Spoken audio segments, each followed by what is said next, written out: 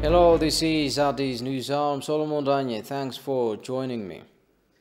City residents in Addis denounced the terrorist TPLF at pro-National Defense Force rally.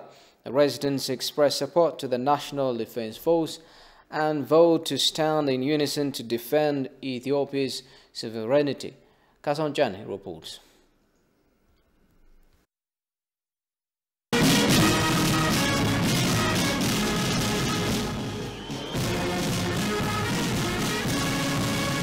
Tens and thousands of people took the streets of Addis to openly denounce the terrorist TPLF acts. City residents chanted and displayed several banners that openly condemned the junta group and its unlawful acts. During the event, Addis Deputy Mayor Adana Chebebe recalled the chance given to the TPLF group to remain in peace, but the junta hideously intensified its brutal atrocities in the past several months.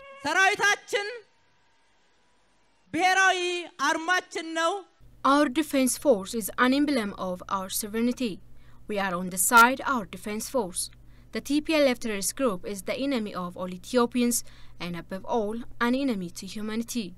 We stand united in the fight against this terrorist group and its allies in Ethiopia. They will not revive. Our history shows that it's impossible to force Ethiopians to kneel down against their sovereignty. We want everyone to know that Ethiopia is a country built on the solid rock foundation so that it will not be destroyed by gangs who don't want national unity. We will not compromise on our sovereignty. We will fight against the forces that are trying to destroy the country.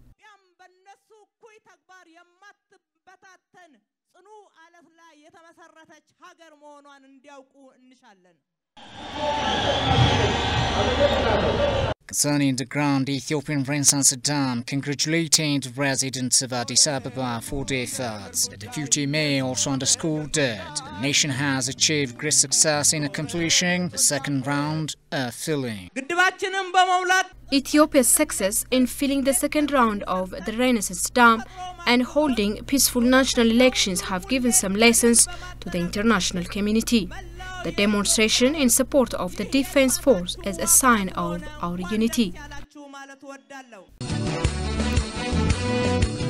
Residents of Addis Ababa staged a peaceful demonstration in Meskel Square. The protesters condemned the TPLF terrorists and expressed readiness to defend their country with all their sweat and blood. Some of the slogans said, "We are on the side of the gallant defense force. We will defeat the TPLF junta because it was the enemy of all Ethiopians. We will complete the construction of the Grand Ethiopian Renaissance Dam without any help from anyone. We support our defense forces that are defending the sovereignty of our country, and we are ready to accept any national call," and so on.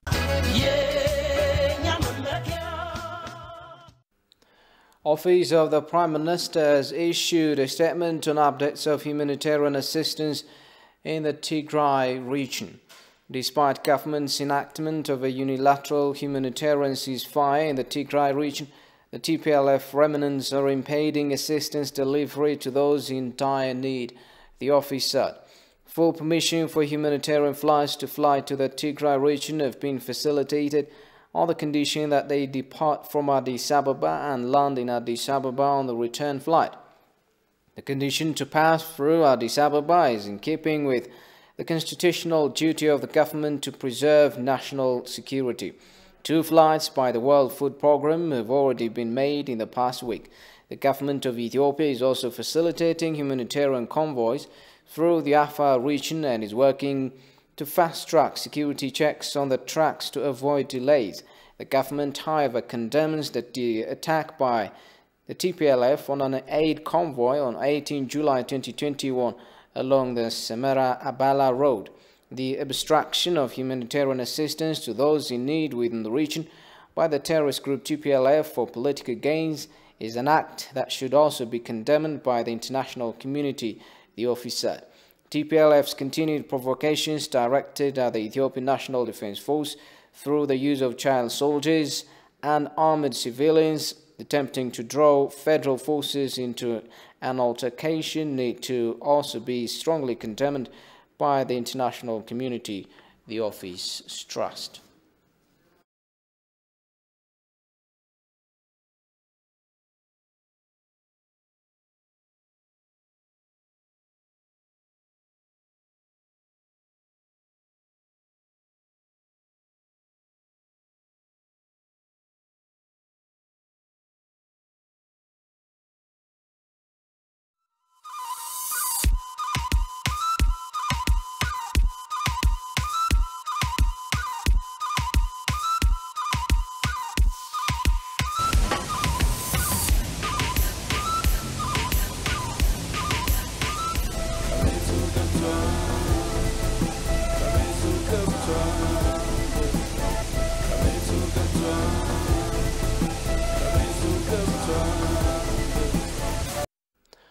Many expect that Ethiopia's move to carry out the second filling of its mega dam may anger Egypt and Sudan. They have been opposing the filling before a binding agreement is signed. The move, however, silenced voices that seem provocative and the fears that forecast war scenarios about the deadlock. Briefing journalist Thursday, spokesperson of the Ethiopian Ministry of Foreign Affairs Dina Mufti said the reaction from the two riparian countries has so far been positive. We more on the story. The dispute between Ethiopia, Sudan and Egypt over Ethiopia's mega dam seems to turn to falling action despite widespread fears that the second filling of the dam would exacerbate the situation. Ethiopia's determination to continue with its plan of dam construction appears to overwhelm the stern position of Egypt and Sudan to halt the second filling of the mega hydropower dam before a binding agreement. According to a spokesperson of the Ethiopian Ministry of Foreign Affairs Dina Mufti, the second filling vindicates Ethiopia's argument that the filling of the dam will have no impact to the riparian countries. Ethiopia still believes that the Grand Renaissance Dam is to the benefit not only of Ethiopia but of the low riparian countries as well. We still would like to reiterate and emphasize our previous positions of no harm policy.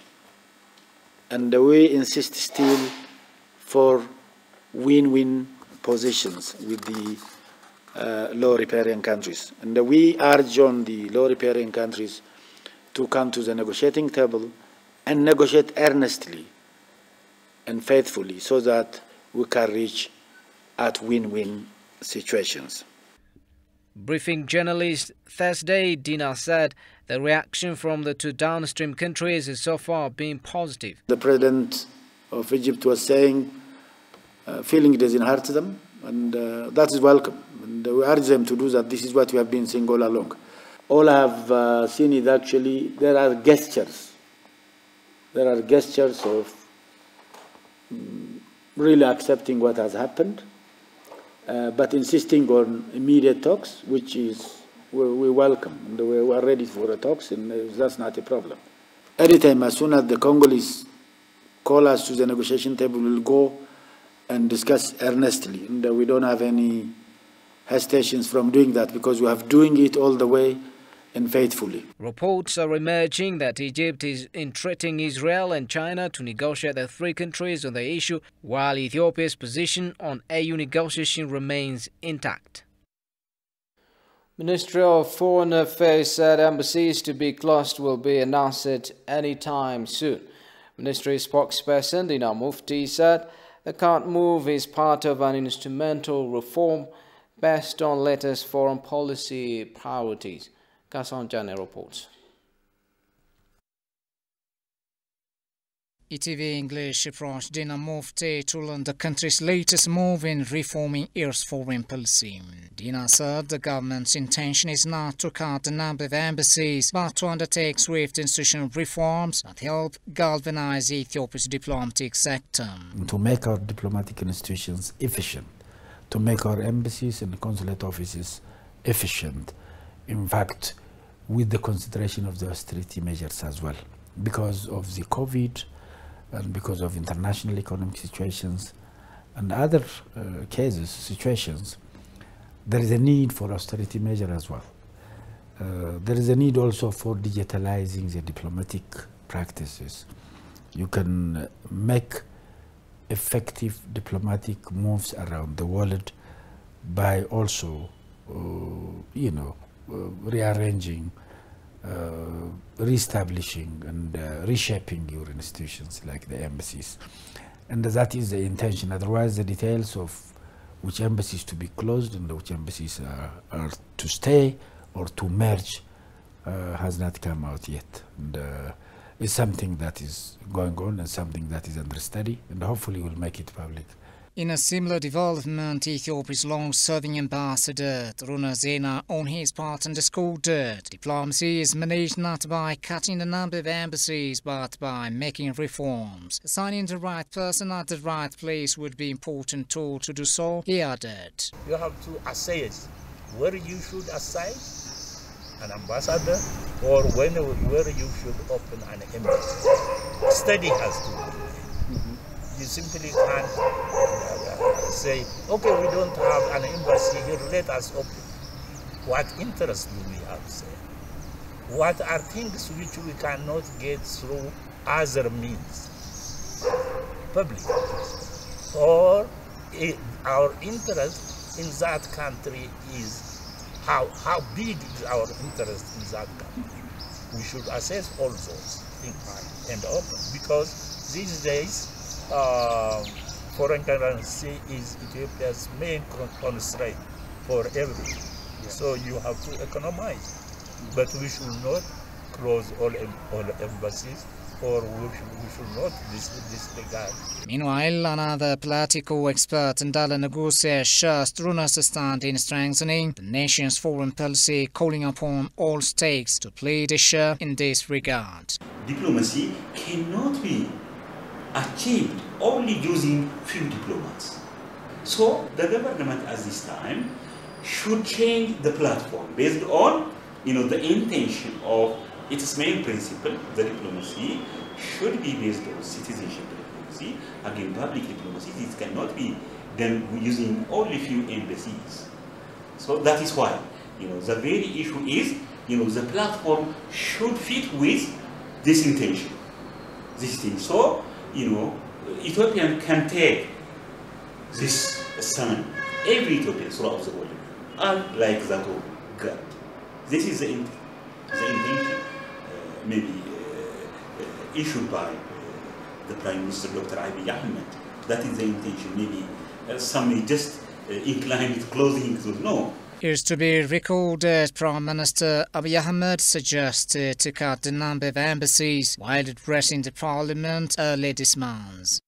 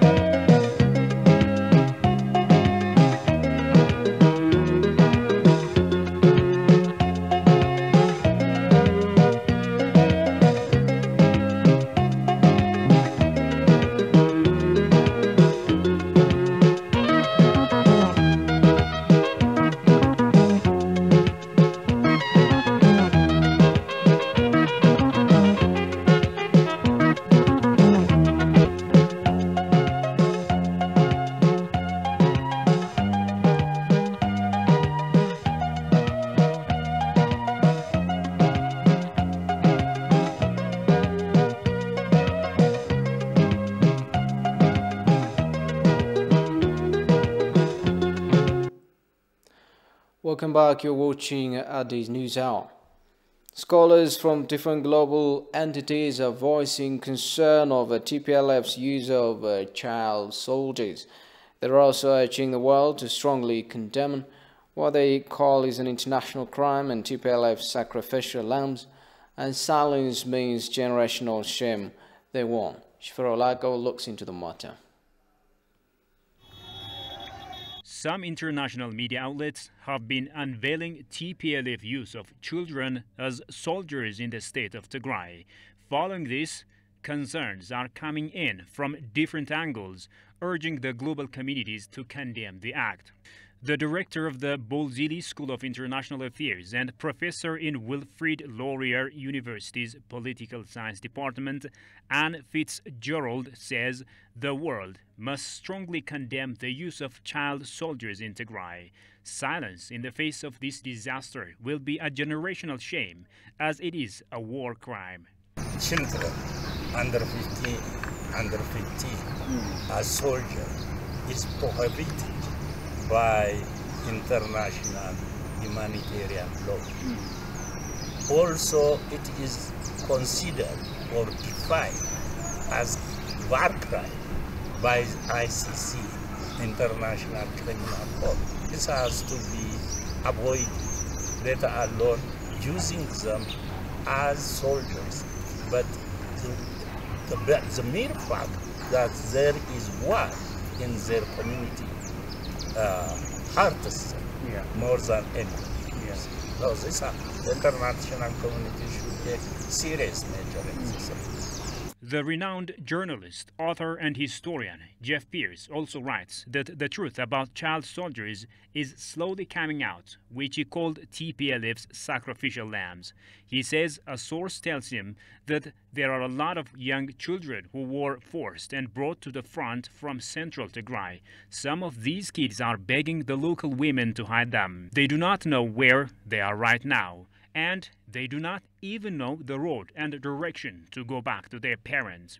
The TPLF are also looking for potential recruits, some of whom are high school graduates, and the child soldiers range in age between 9 and 15 years old. He also says exposing child soldiers within context is one thing, glamorizing them as freedom fighters and without mentioning that this is an international war crime is contemptible.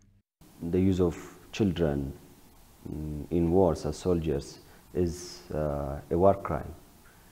It should be it should be taken seriously, right?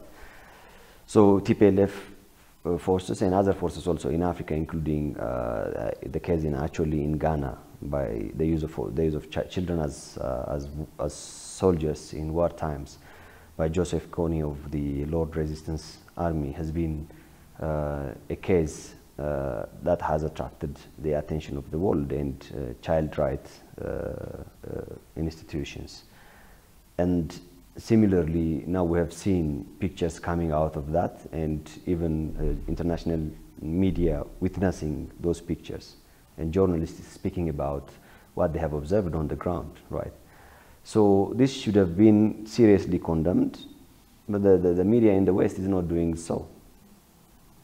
You know, human rights institutions are not loudly speaking about it.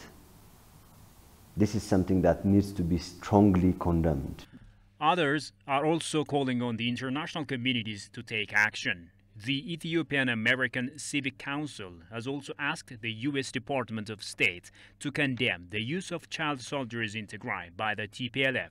In an open letter it wrote to President Biden, the council reproached the U.S. government's policy, mainly run by Secretary of State Anthony Blinken, for going against Ethiopia, which has been a staunch ally of the United States for over 100 years. Agency for Refugees and Returnees Affairs has issued a statement on the situations of Eritrean refugees in Maitz-Abri area, calling on the international community to comprehend the situation there. It warns the situation of Eritrean refugees in Mai Ani and Adi Harush to get a lasting solution swiftly. Daniel Kassan takes it from here. In an effort to avert adversities, the statement indicated the agency is working hard to accelerate the establishment of the new camp at North Gondar zone of Dabat district, where it received 91 hectares of land. This is meant to provide services to refugees that are escaping the conflict zone. In this regard, the agency says it has got full support from the local authorities to use the schools as temporary shelters. Vital items are already transported to the area, and also few partners are also responding to provide support. However, the situation is deteriorating and continues to be a matter of grave concern following the TPLF's presence in the refugee hosting areas. So far, at least 6 refugees have been reported killed by the militants. In violation of the international humanitarian law, the rebels deployed heavy artillery in the refugee camps, and there appears continuous militant activity and sporadic shootings. The statement also mentions ambulances and infrastructures, including health centers, are confiscated and being used for military services. Consequently, at least 2 refugees are reported dead due to lack of health services, and mothers are delivering in dire conditions. Authority for Refugees and Returning Affairs and other partners' properties, including World Food Program warehouses, have been looted and confiscated. Refugees are being forced to contribute in kind and in cash to the rebels. The agency informs there are reports of forceful deportation of refugees in masses to unknown locations and excursions to relocate, some of them to Hitsats and Shimalbad, the refugee camps that had been closed following attacks by the same group. To date, the international humanitarian organizations have not been able to access refugee camps and also could not deliver service to the refugees. The statement further indicated the Ethiopian government has reaffirmed its commitment to the safety of refugees and calls on the international community to unequivocally condemn such atrocities. Besides, it urges the world to support its endeavors to save the refugees from imminent danger they are facing. A US-based breakthrough news outlet criticizes America's attempt to back TPLF in power. Gushu Maliso, the story as follows. Presents the story as follows. Following the repeated request of the international community for ceasefire in Tigray, it is to be recalled that the Ethiopian government recently withdrew its troops from the region. Despite this, the terrorist TPLF cliques still instigate war in the Amhara border and Afar regional state, as well as obstructing the humanitarian assistance. But no international community or media outlet were heard of openly comment on this matter. Eugene Prayer, a journalist and host of the Punch-Out with a U.S. Breakthrough News, said the Western world has never been concerned about Tigray's people well-being and safety, rather backing U.S. desire to back TPLF in power. And we do know that the TPLF had been having back-channel conversations, well, not that back-channel, with the European Union and with other forces in the lead-up to the conflict. And certainly they have these long, long ties, especially to the United States, especially over the issue of regional foreign policy, in particular the issue of Somalia, that it seems that they at least must have had some feeling that they could expect a certain amount of support from the so-called international community, from the United States, from Europe, and others. Now, they had also been supporting Abiy Ahmed, so the whole thing has a little bit of murkiness to it. And I can't say for sure, but it does seem that the dam issue, the Grand Renaissance Dam, may have been the triggering issue. Now, as you mentioned, during the Trump administration had been pushing very hard, saying, well, let's go ahead and we're going to help you with the negotiations between Sudan, Egypt, Ethiopia, and so on and so forth. And ultimately, those negotiations broke down because the Trump administration took the side of Egypt 100%. TPLF, under its reign, committed massive massacres in 2005, the journalist noted. The beginning of the, quote-unquote human rights abuses come into play. I mean, certainly, in 2005, for instance, they were widely accused in the Gabela region of conducting massive massacres of all sorts, using rape as a weapon, forced displacements of people. This is also something they were known for in the lower Omo Valley, where they displaced tens of thousands of people in order to put massive sugar plantations there that were for extractive agriculture. They have been accused many, many different times, credibly accused they were, and really proven to have shot live ammunition all the time into peaceful protests of all types. The journalist and political analyst underscored that TPLF was also known conducting fraudulent elections and abuse by power. Every election, they were winning by 99%. So the elections were widely recognized to be essentially fraudulent, at least fraudulent in the sense that they weren't really having support of 99% of the people. And, you could go on and talking about all of these different elements and all of these different pieces, but that was their reputation in the African continent. That was their reputation internationally. Interestingly enough, many of the people criticizing the current Ethiopian regime the hardest and really saying almost nothing about the Tigrayan People's Liberation Front. The analyst further said the desire of US is to weaken Ethiopia and impose its selfish interest upon Ethiopia. Credible sources exposed that Getachew Reda has ordered TPLF operatives in the region to ensure that no household gets humanitarian assistance unless they send their children to fight. That's according to the Ethiopian fact check.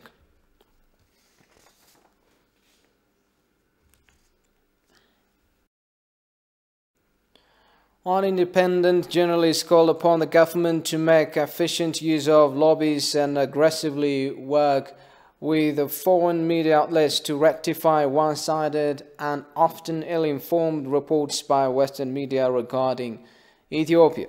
Talking to TV English, the journalist expressed dismay with the foreign media distortions with which he warned will easily get out of hand if not handled on time. Haptam Washaga reports. Civilians on the streets using sniper rifles and machine guns. The evidence suggests the Ethiopian Air Force is responsible. Some foreign media outlets are reporting the conflict in Tigray, often in a distorted way. While some are victims of misinformation, others are clearly dancing in the camp of disinformation. Regarding the recent acts of provocations by the TPLF mafia group, prompting the government to protect itself via active fighting, most Western media outlets are blowing the situation out of proportion. Talking to ETV, Samuel Getachew, who is independent journalist, said Ethiopia needs to work cooperatively with foreign media institutions so as to help change Ethiopia's distorted image intentionally. Senior officials and top government figures must avail themselves to media institutions and with these platforms to expose TPLF's cover-up and distorted stories, he suggested. When more government doors are open to media institutions, particularly on current affairs, confusions will disappear, he said. Ethiopia needs to work with them. Ethiopia needs to understand that media is really important, not just looking at them as a potential enemy, but as allies. If you look at other parts, you mentioned the northern parts, the reason they have had this kind of focus, the problem like the famine, the fightings, and everything is overwhelming. It's really, really sad. But, the leadership has really been opened to international media. They've been communicating with them. They've been, when they approach them, they're able to speak to them. According to Samuel, Addis Ababa needs to encourage the young and skilled professionals to do more positive stories, while at the same time showing pitfalls in the system. I think the government needs to be open, understand the role of media, and tell their side of the story. If they don't tell their side of the story, there's always an option that many medias are willing to go to. I think Ethiopia needs to open up and understand the importance and the impact of the media. I see the social media that are being sent by the government, but that's not enough. When a major media outlet comes to your country from a foreign nation, use them, at least talk to them. At least you've given them permission to come to the country and give them the benefits of the doubts. I don't think we've given them a chance to tell the side of the Ethiopian story that needs to be told, and that I understand many are willing to tell, but the system isn't there for the media and for the government side to be connected. Samuel also advises the government against releasing brief and often unclear social media messages regarding current affairs, adding it will be wiser to give opportunities for the media to grasp the realities through press conferences. And I don't think Ethiopia has really been covered fairly in the past or in the present. I don't think we have been able to sell our stories. We lack the experience of really selling our country to tourists, for example, or telling our story. We focus on buildings, for example, in Addis Ababa, where the majority of Ethiopians reside outside of the capital. So sometimes we have to look in the mirror and try to understand the shortcomings that's within us before we blame others. But again, I don't think it's been covered fairly, but it's a work in progress, and I think there are many young, skilled people that can help, and I hope the government will take them up and try to really tell the Ethiopian story that needs to be told.